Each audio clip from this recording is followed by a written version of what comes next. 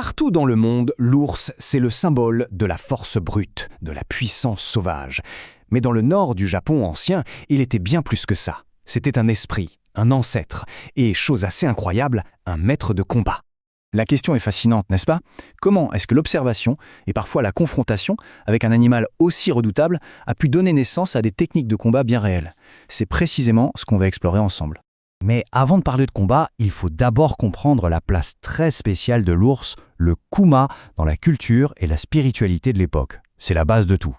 Pour se donner une idée, aujourd'hui encore, on compte environ 30 000 ours au Japon. Leur présence a donc toujours été une réalité, une force de la nature avec laquelle il fallait composer, surtout pour les peuples des montagnes, comme sur l'île d'Hokkaido. Et pour le peuple Ainu, justement, un ours n'était pas juste un animal. C'était l'incarnation d'un esprit divin, un kamui, une sorte de messager des dieux, le véritable maître de la forêt. Une figure absolument centrale. Et cette vénération, elle n'était pas que symbolique, loin de là. Les tribus Ainu pensaient qu'en mangeant certaines parties bien précises de l'ours lors de rituels, ils pouvaient littéralement absorber sa force, s'approprier son essence et sa puissance. Alors comment est-ce qu'on passe de ce respect quasi religieux à des interactions beaucoup plus physiques? Comment le respect pour l'esprit de l'ours s'est transformé en savoir-faire martial? Voilà le chaînon manquant. C'est absolument fascinant. Des peuples comme les Chitiennes ne se contentaient pas de vénérer les ours de loin. Ils s'entraînaient carrément avec eux. C'était une manière directe, presque empirique, d'étudier leurs mouvements, leur puissance, leurs réactions. Et de cette confrontation, de ce besoin de se protéger, sont nées des techniques de survie très concrètes. La première, c'est une technique de bâton, le uru. Le nom Ururu veut dire errant. Ça évoque la marche en montagne, là où une rencontre avec un ours était toujours possible. La technique est donc née d'un besoin simple et vital. Un grand mouvement circulaire très puissant pour garder la bête à distance et frapper fort si nécessaire. Tout commence par la prise en main. Et regardez bien, contrairement à beaucoup de techniques où on tient le bâton au milieu, ici on le saisit tout au bout. Pourquoi? Pour avoir un effet de levier maximal et donc une vitesse et une puissance décuplées. Le mouvement lui-même, c'est un moulinet complet.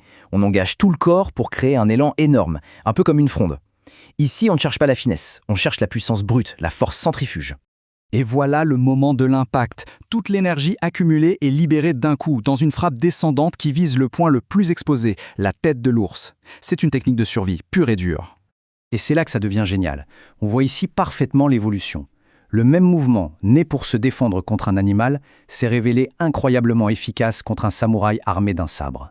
Ce grand cercle puissant permettait à la fois de dévier la lame et de contre-attaquer dans un seul et même geste fluide.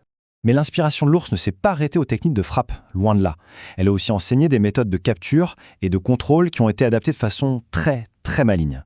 Prenez le kumayari, la lance de l'ours. Regardez ce design très particulier.